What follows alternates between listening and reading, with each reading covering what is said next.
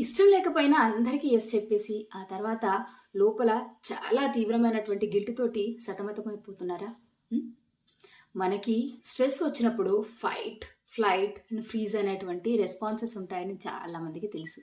కానీ వీటితో పాటు నాలుగోది కూడా ఉంటుంది. అదే ఫాన్ రెస్పాన్స్ అంటారు. అంటే ఇది కేవలం మీ మంచితనం మాత్రమే కాదు, చిన్నతనంలో మన చుట్టూ గొడవలు ఉన్నప్పుడు లేదా అందరినీ హ్యాపీగా ఉంచుతూనే మనం సేఫ్ అనేటువంటి వాతావరణంలో ఒకవేళ పెరిగితే అప్పుడు బ్రెయిన్ డెవలప్ చేసుకున్నటువంటి ఒక డిఫెన్స్ మెకానిజం అనమాట. అంటే ఎదుటి వారిని డిసప్పాయింట్ చేసి ఎక్కడ వాళ్ళు మనల్ని వదిలేస్తారో అనేటువంటి భయంతోటి జనరల్‌గా మీరు నో చెప్పలేకపోతున్నారు అని అర్థం. కానీ అందరిని ప్లీజ్ చేసే క్రమంలో మనల్ని మనం పూర్తిగా డిస్కనెక్ట్ చేసుకోవద్దు కదా! అది మాత్రం కంపల్సరీగా మీరు గుర్తుంచుకోవాలి.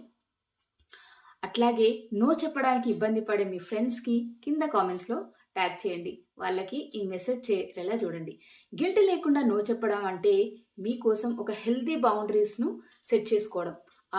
అది ఏ విధంగా సెట్ చేసుకోవాలో నేర్చుకోవాలని అనుకుంటున్నారా? అయితే థెరపీ ద్వారా ఇది సాధ్యమే అవుతుంది. అపాయింట్‌మెంట్ కోసం బయోలో వాట్సాప్ నంబర్ ఉంటుంది. మెసేజ్ చేయండి. నమస్తే. Thank you.